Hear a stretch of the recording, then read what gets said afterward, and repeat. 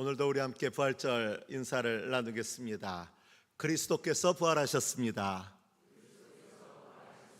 그분께서는 정말로 부활하셨습니다. 아직도 제가 정말로 하는 부분에서 좀 어색하신가 봐요.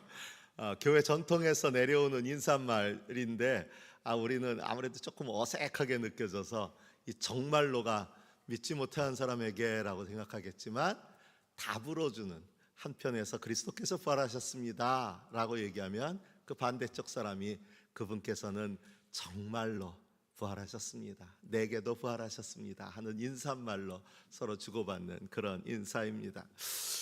우리의 모든 신체 기관이 참 바쁘게 자기 할 일을 하는 덕에 우리가 하루하루를 살아갈 수가 있습니다. 가끔 우리가 잘 알지 못하던 인체 이야기를 접하게 되면 신기하게만 여겨집니다. 우리 안에 우리가 알지 못하던 수많은 기관들이 그렇게 자기 역할을 감당하고 있구나 싶어서 고마운 마음이 들 때도 있습니다. 그런데 그런 기관 중에 직접적으로 가장 많이 의존하는 기관을 꼽으라면 저는 눈이 아닐까 싶습니다. 우리는 눈을 떠서 감을 때까지 정말 많은 것들을 보고 또 그것에 의존해서 살아갑니다. 그런데 철학자 마르틴 하이데거는 이런 식의 보는 행위를 단순한 마주침이라고 불렀습니다. 무엇인가를 본다는 것은 보이는, 그리고 보고 있는 그 대상의 존재론적 깊이에 닿을 때 비로소 가능한 일이기 때문이다 라고 덧붙입니다. 조금 단순화시켜 표현한다면 마음의 눈이 열려야 단순한 마주침을 넘어서 진정한 본다, 보는 것에 다다를 수 있다는 이야기입니다. 그런 의미에서 보자면 저는 보아도 보지 못하는 사람이었습니다. 작년에 제가 말씀드렸지만 초록빛이 이렇게 아름답고 싱그러운지 그동안 저는 모르고 살았습니다. 그냥 그런가 보다 하고 살았습니다. 교회 마당에 들어설 때마다 기분이 좋아집니다. 더구나 우리가 화단을 정리하면서 형형색색 꽃들이 자기 빛깔을 뽐내는 모습이 너무 예쁩니다. 주일날 교회 들어오실 때 이쪽 2층으로만 들어오시던 분들은 한번 교회 마당에 내려가서 쭉 둘러보시면, 오늘 아무래도 어디 꽃 구경 가셨나 자리가 많이 비셨는데 멀리 꽃 구경 안 가셔도 싱그러운 초록빛과 형형색색 꽃들의 그 빛깔을 즐기실 수 있을 것 같습니다. 제가 이 꽃 사진을 자꾸 자기들 인스타그램이나 카카오톡에 올리는 그런 선배들에게 나이 먹은 거 티네요 하면서 하도 놀려서 저는 찍고 싶어도 찍어 올리지를 못합니다. 너도 이제 그렇게 됐구나 하고 놀림당할까 봐 못하기는 하는데, 그 꽃들에 보여주는 예쁨이 참 좋습니다. 너무 예쁩니다. 그냥 마주치며 살던 것들이 마음을 기울여서 바라보니 비로소 아름답게 보여집니다. 물론 아름다움만은 아닙니다. 오늘은 교회력으로 부활절 셋째 주일이면서 4.19 혁명 기념주일, 그리고 장애인 주일이기도 합니다. 저는 오늘 이 마주침의 이야기에서 우리가 보지 못하고 지나치던 장애인들이 겪었을 불편함을 생각해 보았습니다. 일상에서 마주하는 많은 공간 또 시설들 중에서 장애인들이 사용하기에는 불편한 것들 또 위험한 것들이 참 많다고 합니다. 사실 비장애인인 저에게는 그것이 불편한 것도 아니고 그렇다는 생각조차 해본 적이 없는 것일 수도 있습니다. 그러나 같은 비장애인이라 하더라도 가까운 주변에 장애인이 있는 분이라면 그런 불편함 또는 위험성을 저보다는 훨씬 먼저 알아채셨을 것입니다. 멀리 갈 것 없이 우리 교회 계단도 그렇습니다. 오랜 시간 그냥 그렇게 별 불편함 없이 사용해 왔지만 이제는 점점 불편함을 호소하시는 분들이 많아지고 있습니다. 그래서 이번에 당회에서도 우리 교회에도 리프트를 설치해야 되겠다 하고 구체적으로 알아보고 있습니다. 이처럼 마음이 없으면 같은 것을 보고도 그저 마주침에 머물 일도 마음으로 함께하면 그제서야 제대로 보이는 일들이 있습니다. 세월호 참사를 지내면서 우리 사회가 눈뜨기 시작한 것 중에 하나가 안전과 생명의 이슈입니다. 경제적 이익이나 시간 단축 등의 논리에 밀려 관행처럼 허락되던 모든 일들에 생명 안전이 우선한다는 기본 원칙이 분명히 세워져야 합니다. 세월호 이후에 이태원 참사, 오송 지하도 참사, 무안 제주항공 참사, 또한 그 외에도 광주의 대표 도서관 참사 등 산업 현장에서 수많은 생명들이 안타까운 죽음을 맞이했지만 아직도 국회에서 국민안전권을 명문화한 생명안전기본법이 통과되지 못하고 있다는 그 현실이 안타까울 뿐입니다. 사실 예수님이 하셨던 많은 일들은 이처럼 유대교의 틀 안에서 그들이 관행처럼 여기던 일들 속에 그저 마주치고 지나치고 말았던 것들을 다시 보게 만드는 일이 예수님의 사역이었다라고도 생각할 수 있습니다. 병으로 인해 많은 고통을 당하는 이들에게 죄인이라는 굴레까지 씌우던 관행, 여성이고 이방인이라는 이유만으로 많은 차별을 감내하는 것을 당연시하던 관습, 어쩌면 이 모든 일들이 바로 베드로전서에서 말하는 조상으로부터 물려받은 여러분의 헛된 생활 방식일 수 있습니다. 베드로서의 독자는 이방 출신 그리스도인들입니다. 이들은 그리스도의 복음으로 변화된 삶을 결단하고 구원의 삶을 작정했지만 여전히 이방 문화와 종교가 지배하는 세상에서 신앙인의 정체성을 지켜야 하는 또 다른 도전에 직면해야 했습니다. 믿음을 선택하는 것과는 또 다른 결단이 필요한 영역이 있었다라는 이야기입니다. 제가 전에 한번 수요일에 이 예화를 말씀드린 적은 있는 것 같은데요. 아프리카에 선교의 꿈을 품고 찾아갔던 한 선교사가 하필 그곳 원주민들에게 붙잡혀서 이제 곧 죽음을 맞이할 처지가 되었습니다. 원주민들은 먹을거리가 생겼다고 좋아서 축제를 벌이면서 그를 잡아먹으려고 나무에 매달아고 놓고 있는데 두려움에 떨고 있던 이 선교사가 기왕 죽을 거 마지막으로 용기를 내서 복음이나 전하고 죽자 하고 결단을 내리고 눈을 딱 뜨고 그들을 쳐다봤습니다. 그런데 웬걸 그들 중에 한 사람, 그 중에 대장인 듯한 사람이 눈에 들어오는데 저 사람을 어디서 봤더라 생각해 보니 자기와 같이 영국에 있는 신학교에서 같이 공부했던 추장이 자기 고향 동네에 돌아와서 지금 자기를 잡아먹으려고 저 앞에 저러고 서 있는 거예요. 하도 기가 막혀서 아마 여러분들이 지금 짓고 있는 그런 표정이었을 것 같아요.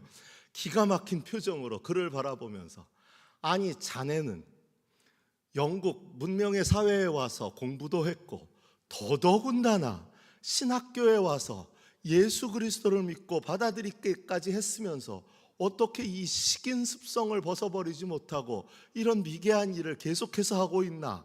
기가 막힌 표정으로 하나도 변한 게 없구만 이라고 한마디 했더니 그가 이렇게 대답합니다. 무슨 소리야? 변했다네. 잡아먹기 전에 꼭 기도는 한다네.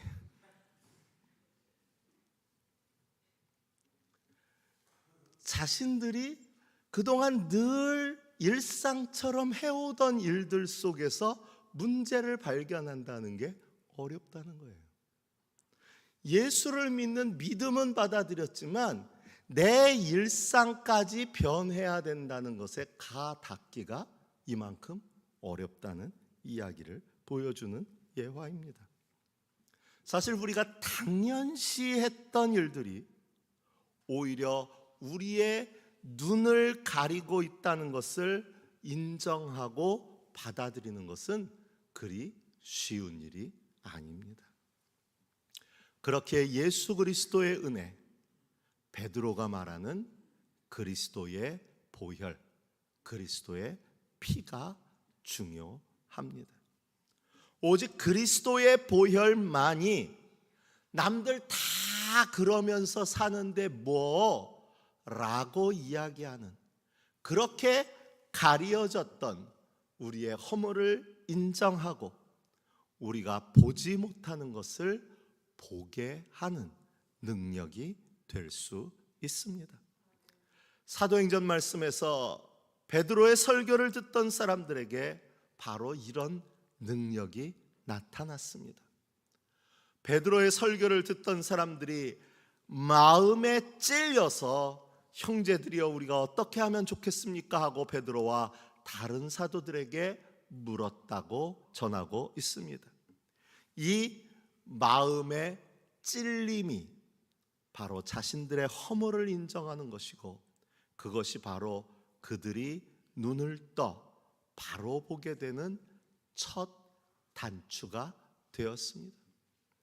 제가 종종 설교를 준비할 때면 제 기도 중에 하나가, 오늘 제가 전하는 이 말씀이 어떤 한 명에게는, 최소한 한 명에게는 마음의 찔림이 될 수 있는 설교가 되게 하옵소서라고 기도해요.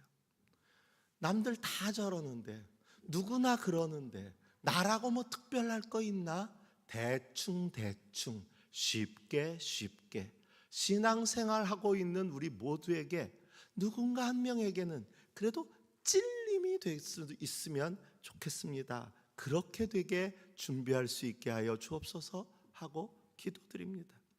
오늘 베드로의 설교를 듣던 사람들의 마음이 찔렸다라고 이야기하고 있습니다.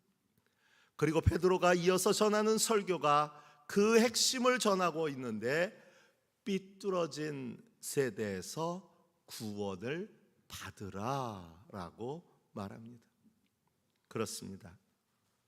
모두가 삐뚤어지게 보는 세상에서 보아야 할 것을 제대로 보는 것, 그것이 바로 눈을 뜨고 바로 보는 일입니다. 부활의 첫 증인이었던 마리아도 빈 무덤 앞에서 예수님을 보고도 알아보지 못하고 동산지기인 줄 착각했습니다.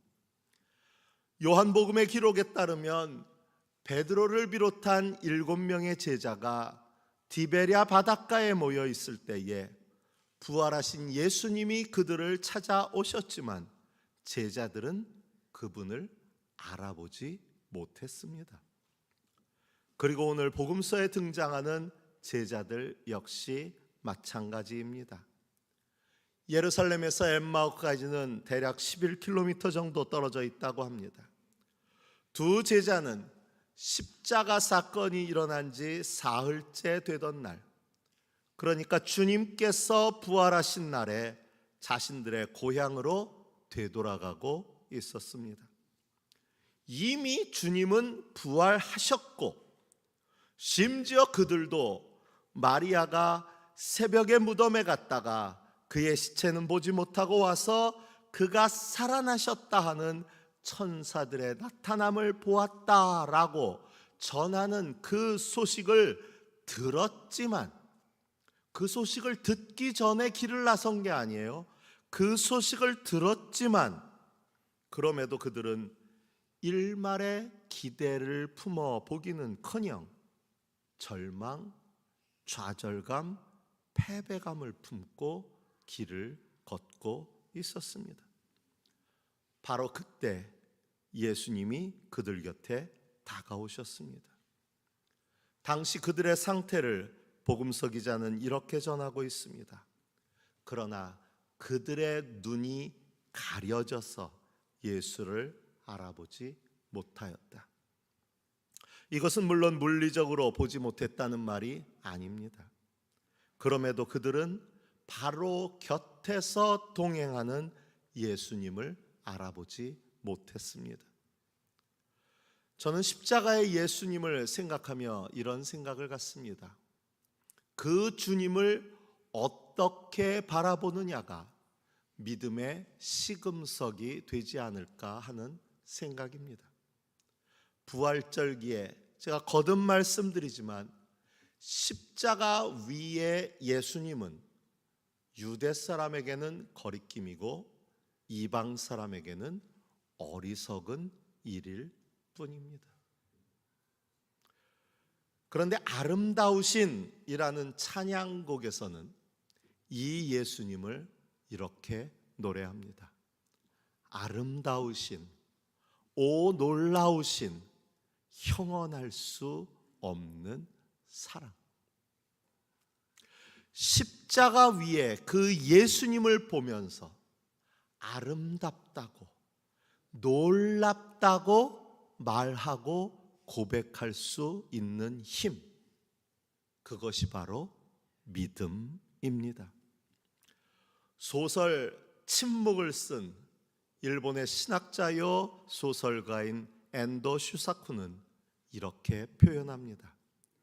십자가의 예수 안에는 아무것도 할 수 없고 무능력하다는 점에서 참다운 그리스도교의 신비가 숨겨져 있습니다. 십자가의 예수님은 사실 능력을 보여주는 게 아니에요. 아무것도 하지 않고 그대로 무기력하게 그곳에 매달려 있을 뿐입니다. 그러나 그 모습을 바라보며 세상은 실패자라고, 저가 다른 사람들은 구원하겠다고 했으면서 자기 자신조차 구원하지 못하는구나 조롱거리일 뿐이었지만, 그 무기력한 예수님의 모습을 보면서도 저 안에 그리스도교의 신비가 담겨 있구나, 저 안에 하나님의 사랑의 신비가 담겨 있구나 라고 고백할 수 있다면 그것은 바로 믿음이 우리 가운데 있기 때문이라는 이야기입니다. 엠마오로 가는 길을 동행하신 주님은 그들이 눈이 가려진 채로 남아있기를 바라지 않으셨습니다. 말씀으로 그들의 마음을 뜨겁게 하셨고 떡을 떼어 주심으로 그들의 눈이 밝아지게 하셔서 비로소 예수님을 알아보게 하셨습니다. 그리고 그렇게 눈을 뜨게 된 제자들은 이제 다시 일어나 그들이 머물러야 했을 자리 예루살렘으로 돌아갑니다. 이 부분이 흥미롭습니다. 그분이 예수님이신 것을 알아보았을 때 정작 예수님은 사라지고 안 계십니다. 어찌 본다면 예수님의 부재라는 현실은 달라지지 않았습니다. 그럼에도 그들은 전혀 다른 선택을 내립니다. 처음 예루살렘으로 올라갈 때는 예수님이 그들 가운데 함께 있어서 힘이 났습니다. 그러다 다시 엠마오로 향할 때에는 예수님의 부재로 인한 절망이 그들을 뒤덮었습니다.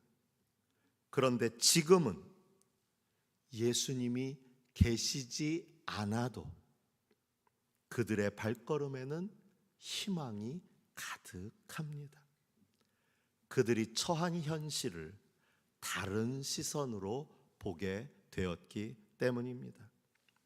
엠마오로 내려가던 그들은 자신들의 처한 현실을 암울한 현실로 바라보았습니다. 그야말로 일장춘몽이라도 꾼 것처럼 다 헛꿈이었구나 생각하며 실패자인 자신들을 책망하고 자신들을 스스로를 실패자의 시선으로 바라보았습니다. 그러나 주님은 그들의 시선을 바꾸셔서 암울한 현실 가운데에서 믿음으로 희망을, 소망을 보게 하셨습니다. 그러면 베드로의 설교를 듣고 마음이 찔렸던 이들은 어떻게 되었을까요? 베드로의 말을 받아들여 세례를 받고 사도들의 가르침에 몰두하며 서로 사귀는 일과 빵을 떼는 일과 기도에 힘썼다라고 성경은 전하고 있습니다. 다음 주일 성서일과로 읽게 될 말씀이긴 하지만 이어지는 사도행전 2장 43절의 말씀이 놀랍습니다. 모든 사람에게 두려운 마음이 생겼다. 처음 두려운 마음을 가졌던 것은 예수님의 제자들이었지만, 두려움은 예수님의 제자들의 몫이었지만, 이제 두려움은 다른 사람들의 몫이 되었습니다. 바뀌어진 시선으로 세상을 바라보고 믿음으로 뜨거워진 마음으로 세상으로 나아가면 세상을 두려워하는 것이 아니라 세상을 두렵게 하는 자로 살아갈 수 있습니다. 부활은 그저 교회의 한 절기가 아닙니다. 단지 아름다운 음악 예배나 특별한 행사 또는 기념일이 아닙니다. 예수 그리스도의 부활은 지금 바로 이 자리에서 우리가 계속 경험하는 하느님의 사랑과 은혜와 보살핌의 체험입니다. 그것은 현실이며 실제이며 또 실상입니다. 부활하신 예수님은 지금도 우리 곁에, 바로 여러분들 곁에 오셔서 우리들 모두의 눈이 뜨여지기를 원하시는 줄로 믿습니다. 나태주 시인은 오래 보아야 예쁘다라고 했지만 사랑하는 마음으로 보면 예쁩니다. 무엇보다 예수님의 마음으로 보아야 제대로 보입니다. 우리 모두의 눈이 열려지기를 바랍니다. 믿음의 눈을 떠서 세상을 두려워하는 자가 아니라 세상을 두렵게 하는 자로 그렇게 살아갈 수 있기를 원합니다. 눈에 보이지 않아도 우리와 함께 걸으시는 이 주님을 믿음으로 볼 수 있고 믿음으로 느낄 수 있는 저와 여러분이 되시기를 바랍니다. 주신 말씀을 마음에 새기며 묵상합니다.